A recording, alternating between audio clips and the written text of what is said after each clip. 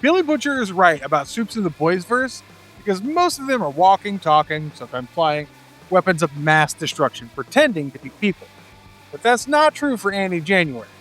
She is one of those rare Supes who recognizes the privilege that is her power, and uses it to help people, not tear them down or blow them apart. This is ironic because of all the Supes in the Boys, Starlight is the one who fits the description of a weapon the most. She is less superhero, more biological battery. And in this video, we'll be taking a look at how her existential state is driven by her physiology. Without further ado, let's dive right into it.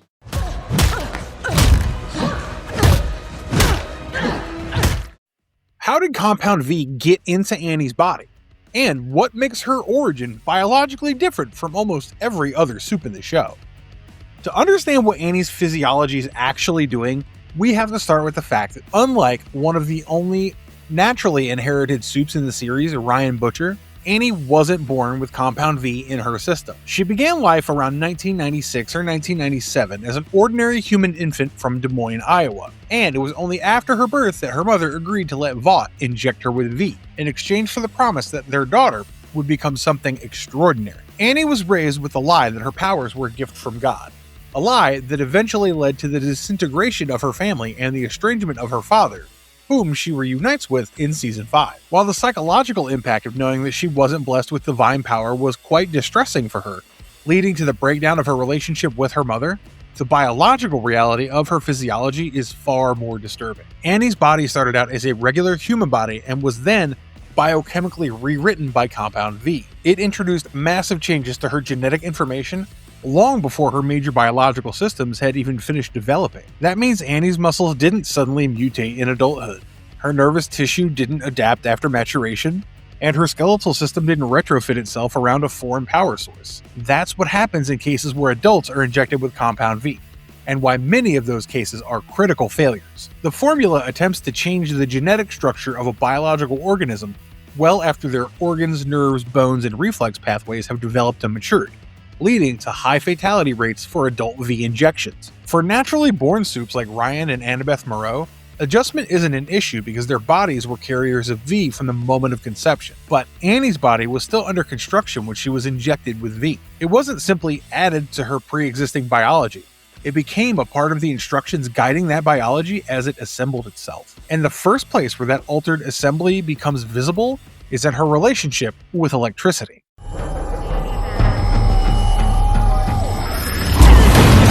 What is Annie's body actually doing when it absorbs electricity, and how does a human tissue system survive that process without burning itself out? Most superheroes in fiction are built around a single visual shorthand that audiences can use to easily identify them. Some fly, others run fast, and there's a superhero in Invincible called Bulletproof because, well, he's bulletproof. Annie's visual shorthand is a crutch in that respect, because she's usually reduced to the simplest one of them all. She's the glowing one, the woman who lights up her eyes, throws bursts of light from her hands, and occasionally blinds anyone standing too close. Like that unfortunate lady from Walmart she tried saving back when she was 13. But that description of her power is not just inaccurate, it's biologically misleading, because Starlight is not a light-powered Supe in the conventional sense. Light is only the visible symptom of her abilities. What actually sits underneath her entire power set is something much more invasive. She's a living conduit for electricity, which includes electrical intake, storage, conversion, and discharge. Casual viewers often call Starlight's abilities light powers, but from a canon perspective, the real engine is ambient electricity. Annie stores ambient electricity from the environment around her, and this is evident each time we see her using her abilities. When she's close to wall currents, building systems, electronic devices, or large-scale power infrastructures like the Freedom Camp from episode 1 of season 5, she operates at a level most Supes can't even imagine. These structures aren't accessories to her powers, they're the fuel. But Annie's inherent conductive physiology also raises an immediate scientific problem, because a normal human body exposed to even a fraction of an industrial electrical current can shut down permanently. Human bodies are conductors because the nervous system is essentially one massive electrical circuit. Large amounts of electricity cause a critical overload, burning tissue, collapsing the cardiac rhythm, causing neurons to misfire, and that's just the beginning. This is why the electric chair is seen as one of the most painful methods of execution, because it's like a massive power supply system trying to light up a single light bulb. that bulb is bound to explode. But in Annie's case, her body does exactly the opposite, because the more energy she absorbs, the more dangerous she becomes. For that to happen, her physiology can't simply be durable. It needs to channel that energy in a controlled way, and we think we know what that way is. Somewhere inside her V'd-up tissue architecture, there must exist biological systems capable of handling all that electrical energy and channeling it safely through her body without ending up in an electric chair type situation. Her tissues must possess vastly altered tolerance for charge transfer, and her internal pathways probably function less like organic matter and more like insulated biological cables. This is most likely why her nervous system is capable of surviving energy loads that would instantly destroy anyone else's. And since the show hasn't established a cap on her intake capacity, she can theoretically absorb as much electricity as she wants, maybe even endlessly. Once that electricity is inside her, her body doesn't just do one thing with it, which brings us to... So you finally came to How does Annie convert absorbed electricity into light, heat, and concussive force? And what does it mean that the same energy source produces 3 completely different outputs? This is where her physiology becomes significantly more complicated than the average suit mutation, because technically, Annie is closer to Homelander than she is to someone like Translucent, even if it doesn't feel that way. She uses the rather eloquent phrasing "light goes in, blast comes out" to describe how she processes all that absorbed electricity. But we've seen that there's more to this power. Annie has blinded people with her abilities, burned through metal fences and cauterized wounds, and knocked V'd-up grown men flat on their asses. Sorry, Huey. Practically speaking, this means that Annie's body isn't a simple discharge battery. It's a conversion engine, which can disseminate electricity in multiple forms depending on intent and circumstance. Some forums speculate that her blasts are plasma blasts, but that's just speculation, considering the show hasn't confirmed their true nature just yet. Calling her abilities a single power then becomes highly redundant, because her use of electricity is akin to a single power source feeding several output channels. Annie's body is routing stored energy through different release valves rather than blasting all accumulated energy through a single identical repetitive channel. The exact cell-level process that makes this system possible remains speculative, but the implication is unmistakable. Compound V didn't just make Annie capable of holding electricity. It built a body that can decide what form that electricity leaves as, and that decision appears to be neurological more than muscular. She controls what she can take in and put out.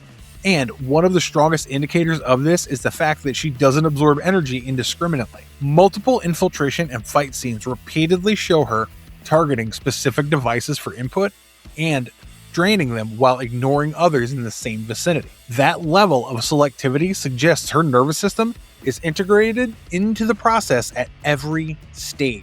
But unlike most systems that generate or conduct electricity, there's one channel that isn't under her complete control, which is...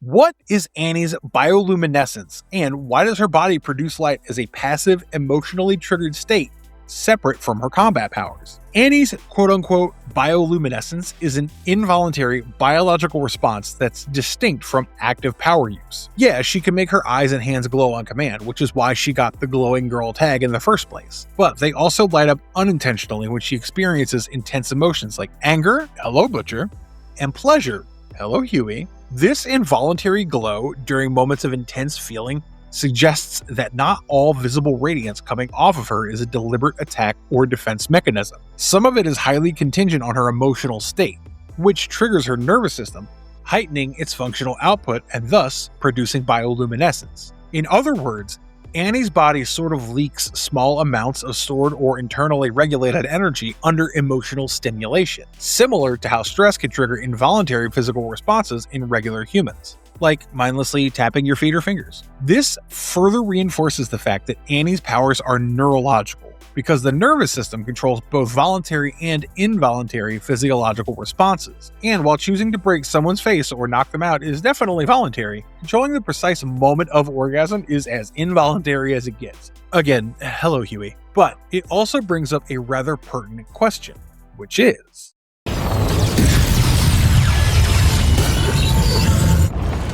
How does Annie's body manage the constant low-level electromagnetic field she must generate, and what does that mean for anyone in sustained physical proximity to her? If Annie can glow involuntarily due to heightened emotions or maximum power intake, then her body likely spends most of its time in a state of constant restraint, continuously managing low-level electromagnetic suppression. Yet generally speaking, humans do generate weak electromagnetic fields as a result of our regular physiological processes, which make for a heck of a plot point in Evangelion, we might add. These fields are generated by the electrical currents produced by nervous system activity, our heartbeats, and muscle contractions, which facilitate the movement of ions across cell membranes. But in Annie's case, her natural EMF must be much more powerful, considering her entire moveset is based on conducting, storing, and converting electricity. A body capable of holding and releasing the amount of absorbed energy she does would most certainly require mechanisms to prevent accidents from happening to those she loves and cares about. When two electromagnetic fields interact with one another, the results can vary from being neutral to catastrophic based on their intensity. We saw that when she was trying to expose the Flight 37 footage and needed to turn her electricity off because it kept interfering with her hacker's tech. While we haven't seen Huey explode yet, this indicates that the reason Annie's usually so calm and detached is because she's constantly monitoring and reining in her own body. Considering she's been living with her powers since she was a young girl, the suppression mechanism is mostly unconscious at this point, and while being close to her hasn't harmed anyone just yet, that doesn't rule out the possibility that one day it just might, especially for those who are intimate with her on a regular basis. This leads directly into flight, which is the most dramatic and also the most fragile expression of her abilities.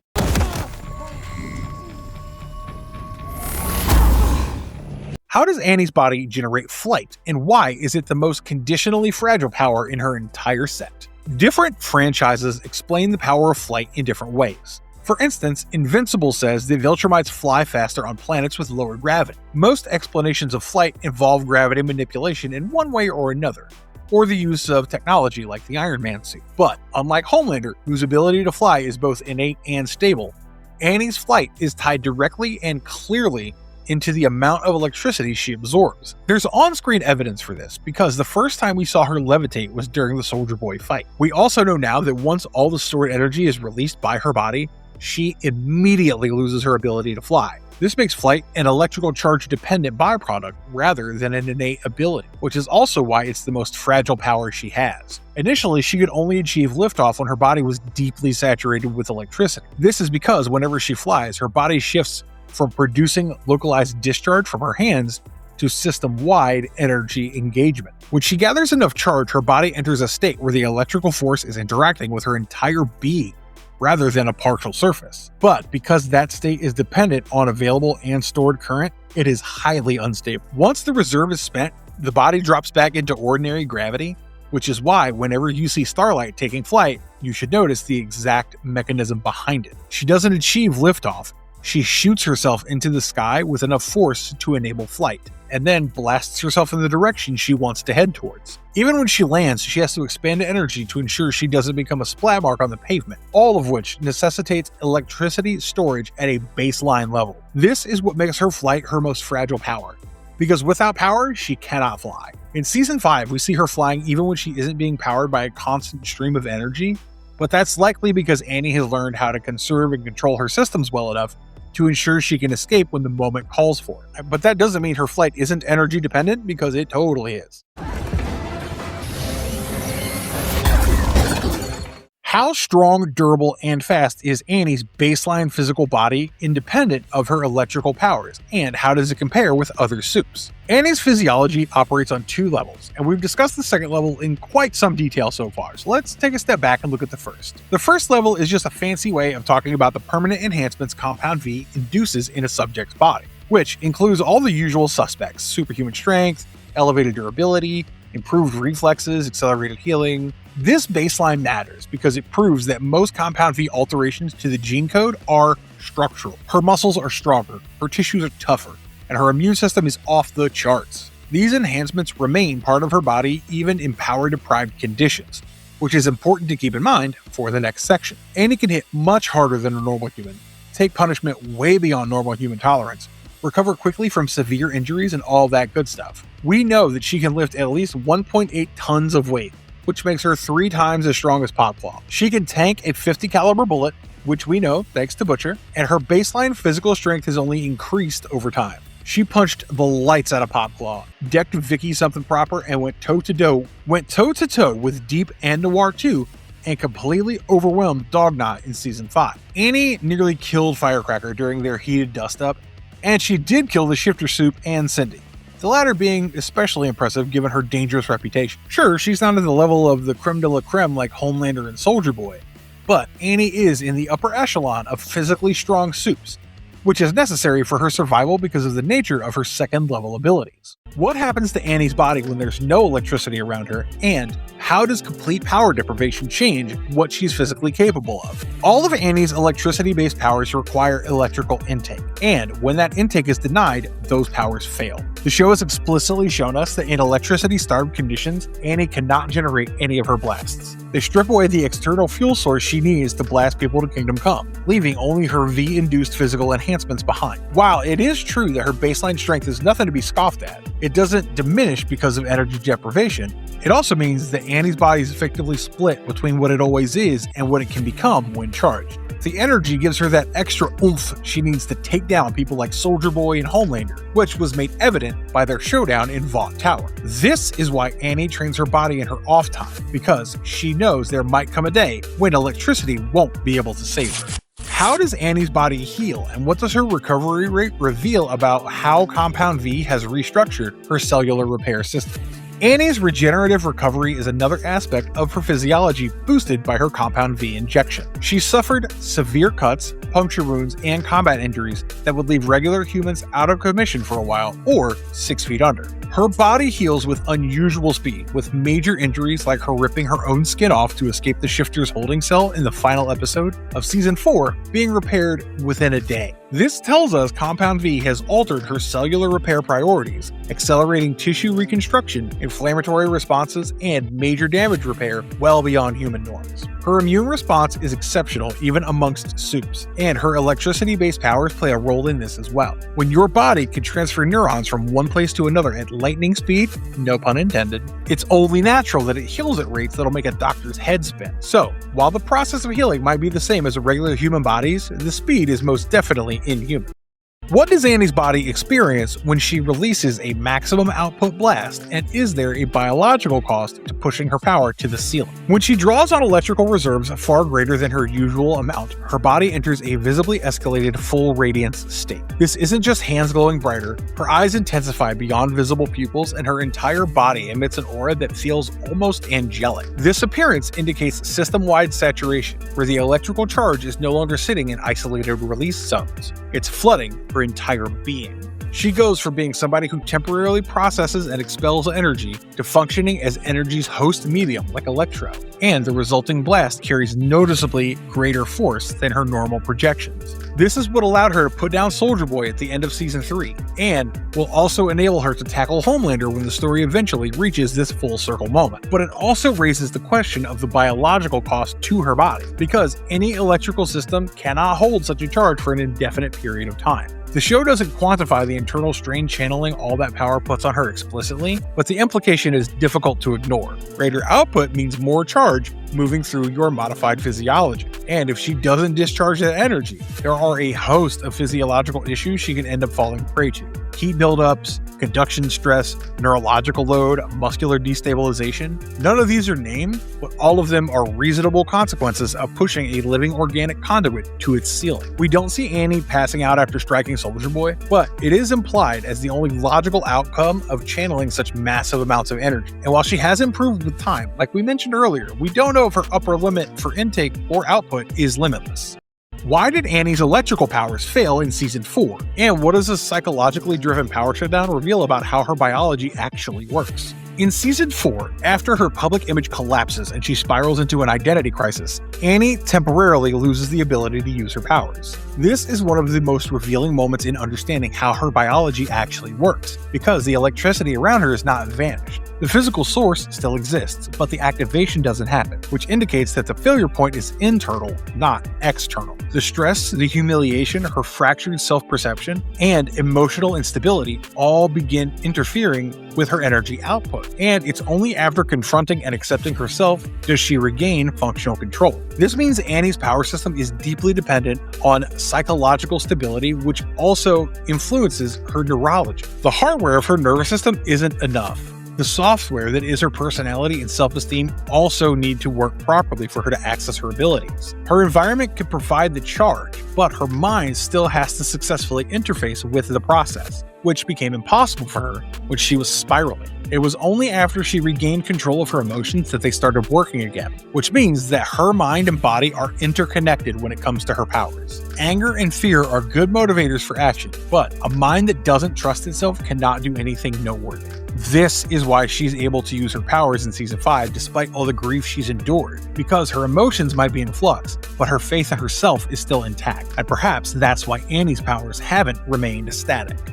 How has Annie's power set physically expanded from Season 1 to Season 4? And what does that growth pattern suggest about how Compound V continues developing in an adult Supe body? From Season 1 to Season 5, the spectrum of what Starlight can do has clearly expanded.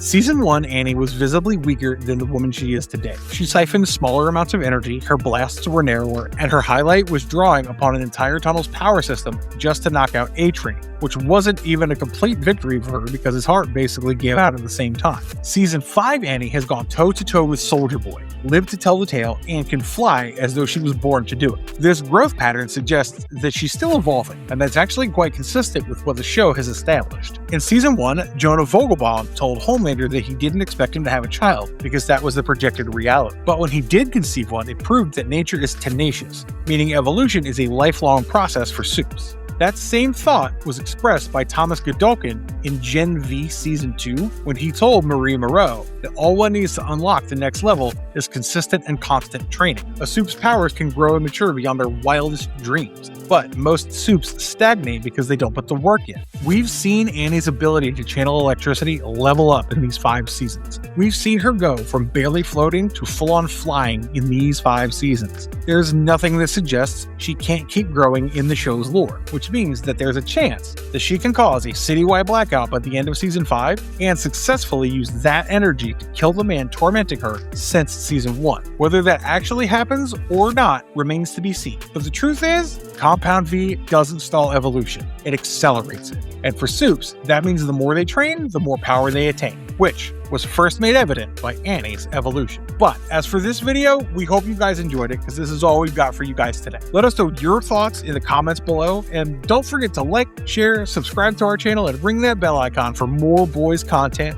one more time. We'll see you in the next video. So till then, stay safe, and don't forget to stay marvelous.